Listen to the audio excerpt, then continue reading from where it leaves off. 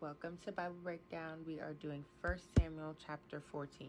All right, there is a lot that happened in this chapter, so bear with me. So Jonathan, I really feel like he's a troublemaker because he just be doing stuff. So he goes up to the person that is in charge of the weapons and he's like, listen, let's go over to the Philistines and, show them what we got. But the catch is, he's like, don't tell my father that we're leaving.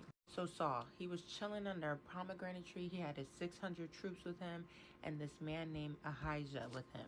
So Jonathan and the man with the armor, they left and nobody knows. So on their trip to the Philistines, they see that they have to cross these two really sharp rocks.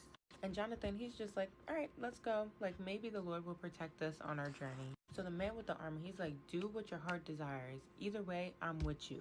So now Jonathan, he's like, cool, bet. Verse 8 says, we'll cross over to the men and then let them see us. If they say, wait until we reach you, then we will stay where we are and not go up to them. But if they say, come on up, then we'll go up because the Lord has handed them over to us. That will be our sign. So Jonathan and the man, they're going, and they let the Philistines see them. And the Philistine says, look, the Hebrews are coming out of the holes where they have been hiding. Then they say, come on up and we'll teach you a lesson.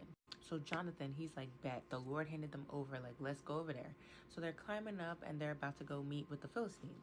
So verse 13 and 14 shows how Jonathan and the man with the weapon came and attacked them. And it says that they struck down about 20 men in a half-acred field. So now the Philistine camp is going insane. They are so scared right now.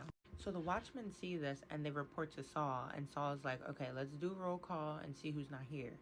And they see that Jonathan and the man with the weapons weren't there. So Saul insists on bringing the ark of God. And then verse 19 says, when Saul spoke to the priest, the panic in the Philistine camp increased in intensity.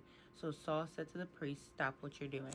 So now Saul and all his troops are going to the Philistine camp to basically go to war. But they see that the Philistines are fighting themselves. And they're just like, okay.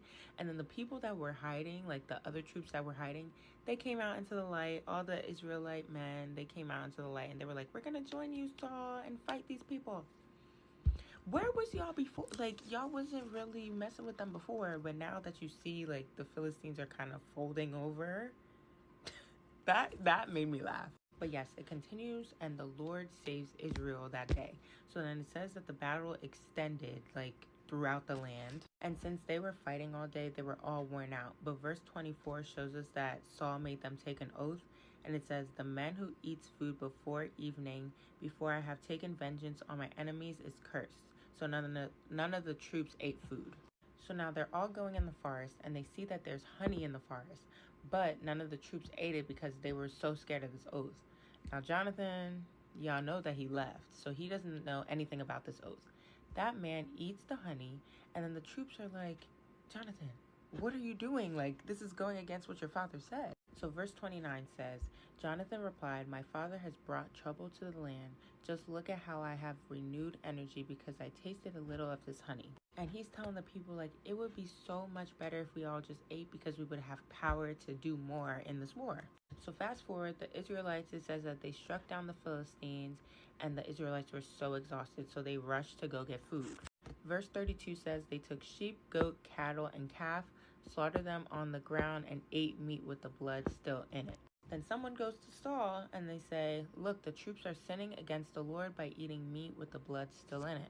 So Saul is like, you guys are so unfaithful. And then he asks for a big stone. Verse 34 says, go among the troops and say to them, let each man bring me his oxen or his sheep. Do the slaughtering here, and then you can eat. Do not sin against the Lord by eating meat with the blood in it. So then all the people, they brought their sheep and their oxen, and then Saul built his first altar to the Lord. So Saul, he's feeling good, and he's like, let's go to the Philistines and finish them. And the troops are like, do whatever you want. But then the priest was like, ask God first. So verse 37 says, so Saul inquired of God, should I go after the Philistines? Will you hand them over to Israel? But God did not answer him that day. So Saul's like, what's going on here? Like, why isn't the Lord answering us? And he gathers everyone. And he's like, let's investigate, like, what sin happened today. And Saul's like, even if it's my son, he's going to have to die.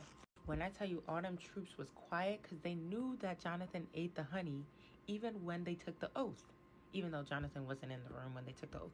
But still, they could have been like, your son ate honey when you told us not to eat. Like, they could have just poured it out right there, but they didn't.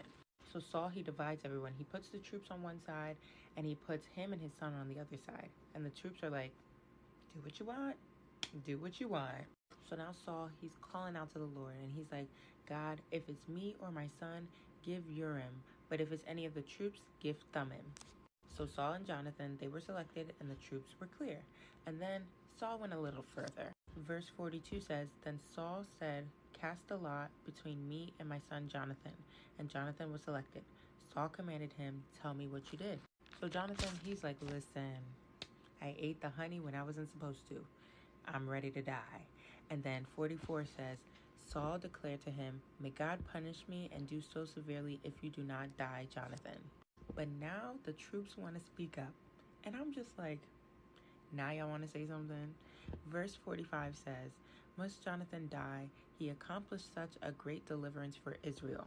So they were all vouching for Jonathan, and Jonathan ended up not dying. You remember what Saul said? So keep that in mind. Then verse 46 says, Then Saul gave up the pursuit of the Philistines, and the Philistines returned to their own territory. Then they start talking about Saul and his kingship over Israel and how he was able to protect them. Then verse 49 to 51 talks about Saul's family tree. In that family tree, we know that Saul had 3 sons, 2 daughters, and a wife. When? I don't know.